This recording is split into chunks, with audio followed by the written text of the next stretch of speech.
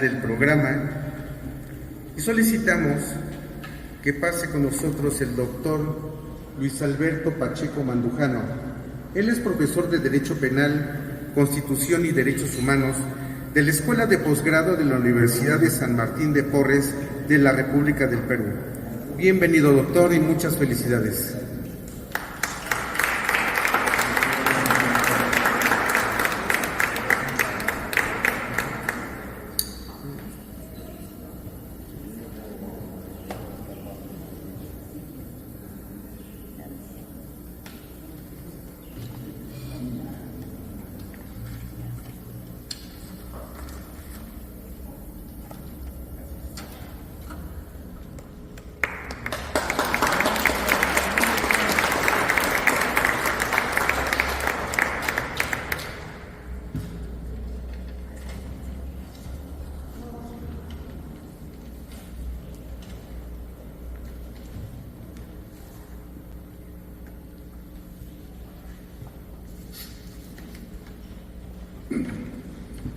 Señor presidente de la Barra Interamericana de Abogados y rector de la Facultad Interamericana,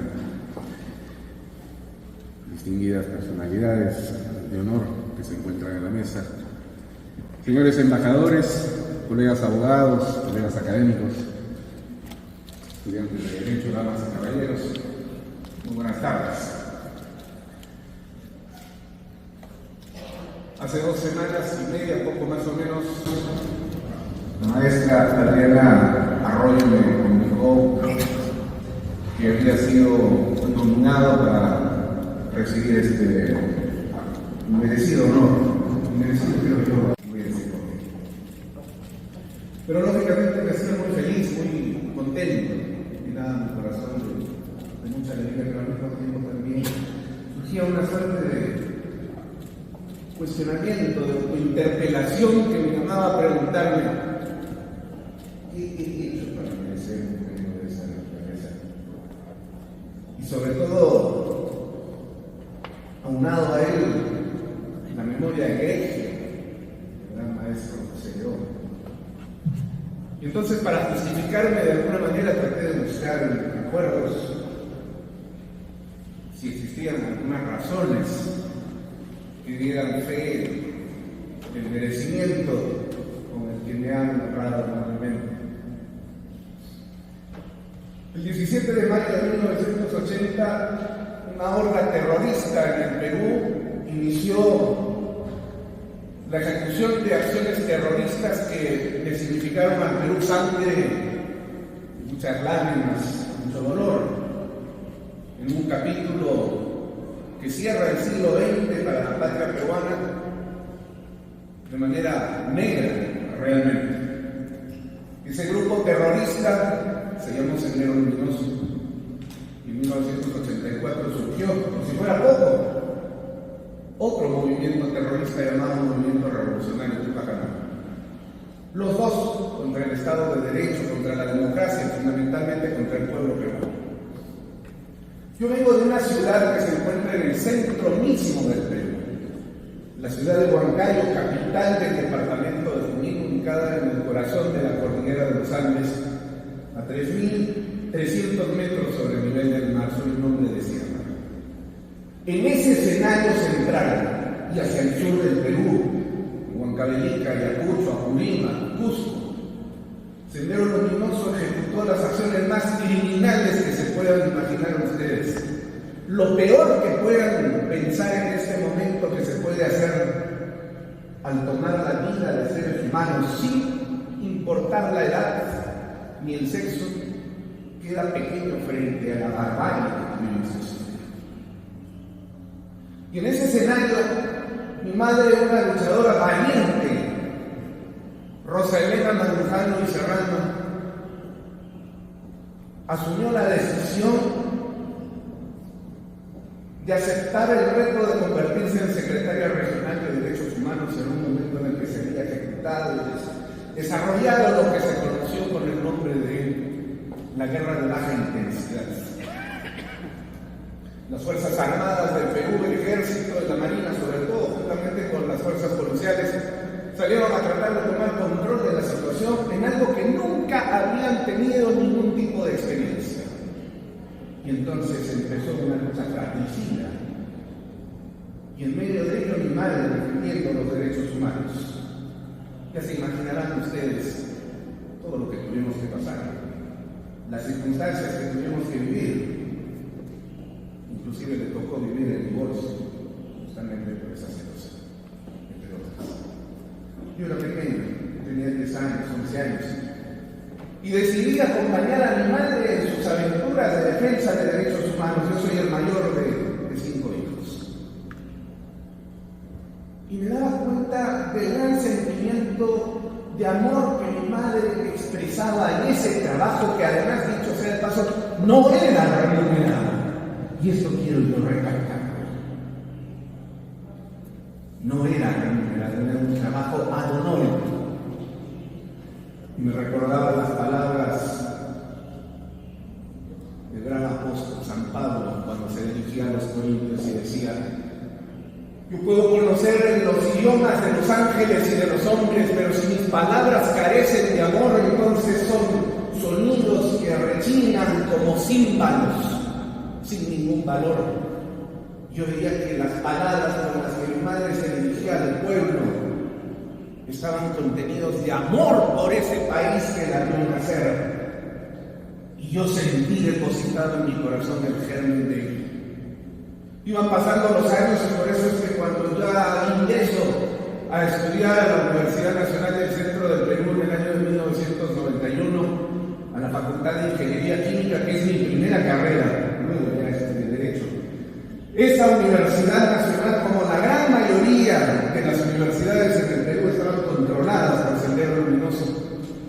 Y siguiendo el ejemplo de mi madre, asumí la condición de delegado estudiantil dentro de mi aula y milité en la Alianza Revolucionaria Estudiantil, que era el órgano de fachada de la Alianza Popular Revolucionaria Americana, APRA, que fue fundada aquí en este país por obra de Víctor Raúl Lara de la Torre, un gran pensador peruano que el 7 de mayo de 1924, estamos a pocos días de recordar y celebrar ese centenario, le entregaba la bandera indoamericana, acompañado de estudiantes provenientes de las universidades de Argentina, de Chile, de Colombia, de Venezuela, Costa Rica, Guatemala y por supuesto México. Le entregaba la bandera al maestro José Vasconcelos, ese gran y extraordinario secretario de Educación del gobierno de aquel entonces. Ese hombre que pensaba en los derechos humanos desde 1924, no solamente para el Perú, sino para América Latina, proyectada desde esta tierra mexicana. Y pensando en mi madre, yo decía: yo tengo el deber de defender los derechos humanos, el Estado de Derecho y la democracia aquí, y no esconderme debajo de mi cama para esperar que el Estado haga lo que yo tengo que hacer. Y así fue. Y eso también me costó. Pocas veces he dicho, porque esto no es cuestión que se ande contando permanentemente. Un día entraron militantes de Sendero Luminoso a mi aula, rompiendo la puerta, y fueron a buscarme a mí. Y entonces me sacaron juntamente con otros estudiantes de otras facultades y nos arrodillaron en el patio del edificio donde funcionaba la Facultad de Ingeniería Química y Ingeniería Eléctrica. Y empezaron a hacer una parodia de un llamado juicio popular, que era como ellos llamaban a las ejecuciones extrajudiciales. A mí me acusaban de ser, como decían ellos en su lenguaje, en su retórica, enferma, portaestandarte del Estado reaccionario burgués, cuando lo único que yo hacía era defender mi patria. Y entonces una pseudofiscal que nos relataba los cargos, pedía al tribunal senderista que la pena de muerte era la que nos correspondía, mientras muchos estudiantes en las barandas del edificio gritaban no y otros sí, evidentemente senderistas. Ese día tenía yo 17 años de edad. Ese día pensé que iba a morir. No tuve miedo. Sentí que iba a morir por mi país, aunque probablemente nunca fuera reconocido ni recordado, no me importaba. Mi corazón estaba ahí. Y ellos tanto hablaban del pueblo y decían, ahora entonces ejecutaremos. Y algunos decían, van a manchar de sangre la universidad. Y respondió uno de los senderistas diciendo, la sangre no mancha la revolución, sino que la riega. Enferma forma de ver las cosas. Y el ruido de las balas no son ruidos, sino son canciones que atizan la fortaleza del militante. Así pensaban esos enfermos. Y tanto hablaban del pueblo que un compañero mío que iba a recibir la bala antes que yo, en la cabeza, decidió hablarle con el idioma del pueblo, el runacini de nuestros ancestros incas, llamado quechua, y le dijo, taquichun taquiscal, pues hecho huejiyayi, guarumachacunapaya huechayambi, chajanijo chotampi, taquichun taquiscal, yapayapante. Y la gente se burló y se rió, porque ese que hablaba el nombre del pueblo no sabía el idioma del pueblo. Fueron pifiados, fueron vilipendiados y tuvieron que retroceder. Ese día Dios estuvo ahí, sin duda alguna. Y hoy día estoy aquí. Yo no sé si eso tenga algún mérito y algún valor, porque en los años venideros, cuando después de la caída del demente Abimael Guzmán en 1992 pensábamos que la paz empezaba a retornar al Perú, una dictadura brutal que empezó a gestarse con Alberto Fujimori hasta el año 2000, y donde nuevamente fuimos llamados por la patria para defender la democracia, y donde secuestrado ahora por las fuerzas del orden y metido en un hueco durante 3 días, torturado, pude salir y luego logré obtener una medida cautelar que me otorgó la Comisión Interamericana de Derechos Humanos en 1999, con el ofrecimiento de un asilo político en Colombia, patria a la que yo quiero mucho y reconozco y reconocí por ese apoyo, pero renuncié y dije, acá me quedo, este es mi país, y quienes luchamos por la democracia tenemos que estar aquí, en este lugar, nos cueste lo que nos cueste. Así que me quedé. La dictadura cayó en el año 2000 y empezamos a vivir 15 años de relativa paz y crecimiento. El Perú fue admirado por su enorme crecimiento durante todos estos años. Pero a partir del año 2015 el Perú entró en un hueco del cual no podemos salir hasta el día de hoy, donde la amenaza del retorno del Sendero Luminoso ya no es una latencia, sino es una realidad.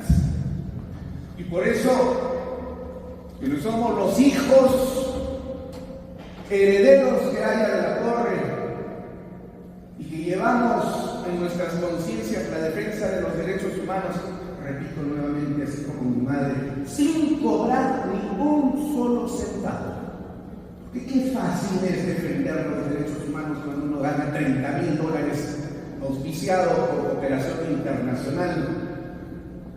Y otra cosa muy distinta es defenderla porque uno tiene conciencia, porque los derechos humanos no se convierten en moneda de cambio, no es un factor de trabajo, sino es una vocación de apóstol. Yo no me imagino al apóstol San Pablo cobrando por llevar la palabra de Cristo a las iglesias. Yo no le digo ni a las sandalias de San Pablo, sin embargo, pretendo hacer el mismo trabajo. En el Perú, y con eso termino, no ha habido guerra civil, ni tampoco ha habido subversión, como lo dijo un malhadado fiscal que avergüenza al Ministerio Público peruano y estuvo hace unos años aquí en México, ¿no?, en un evento. En el Perú lo que hubo fue terrorismo. Y ese terrorismo ciertamente tuvo como gran responsable a Sendero Luminoso. Pero saben ustedes lo curioso del asunto, porque en mi país es muy gracioso, allá llueve para arriba. No existe ni un solo proceso en el Poder Judicial contra algún miembro de Sendero Luminoso. Ni uno solo. En cambio, generales, coroneles, almirantes, ellos sí están procesados. Y a pesar de que los delitos se prescriben, fueron héroes de la patria. Por eso me alegra mucho que un policía mexicano reciba el premio de los derechos humanos. Porque este acto significativo indica precisamente que los derechos humanos no son posesión de un grupo político, sino que los derechos humanos nos pertenecen a todos. ¿Quién defiende los derechos humanos de los policías? Cuando ellos caen en desgracia y cuando son acribillados por la demencia del crimen organizado, el terrorismo o el narcotráfico. ¿Dónde están las ONGs de derechos humanos? Me alegra mucho que un policía que además a la sazón me ha honrado siendo mi alumno hace algunos años atrás sea galardonado con este premio. Yo el día de hoy agradezco mucho a la Facultad Interamericana, a doña Isa, que me recuerda el nombre de la esposa del gran Mahoma, tremendo como su esposo, que al lado de Dios se encuentra en este momento feliz viéndonos en este desarrollo de este acto. Gracias a la maestra Adriana y a todos los que conforman el equipo de la Facultad Interamericana. Es un verdadero honor inmerecido. Vendrán años en los que la defensa de los derechos humanos serán seguramente mucho más duras de lo que han sido hasta el día de hoy.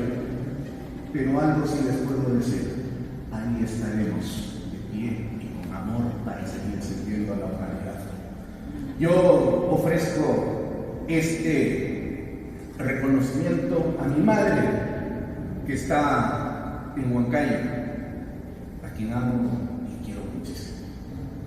Y también a un gran maestro que ya se encuentra al lado del Señor, don Sócrates Ceballos Soto, que fue el hombre que se encargó de guiarme dentro de la universidad, de la carrera del Derecho, para poder conocer los derechos humanos. Ya no prácticamente, sino teóricamente, y combinar esos conocimientos. Ambos, muchas gracias. Muchísimas gracias.